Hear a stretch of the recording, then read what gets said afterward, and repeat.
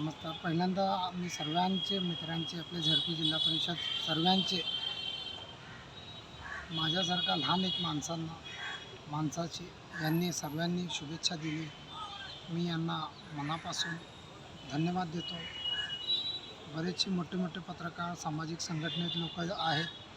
आता सर्व समाजातले मोठे मोठे लोकांनी जे माझा सत्कार केला, यांना सर्वात पहिला मनापासून मी आभार व्यक्त करतो.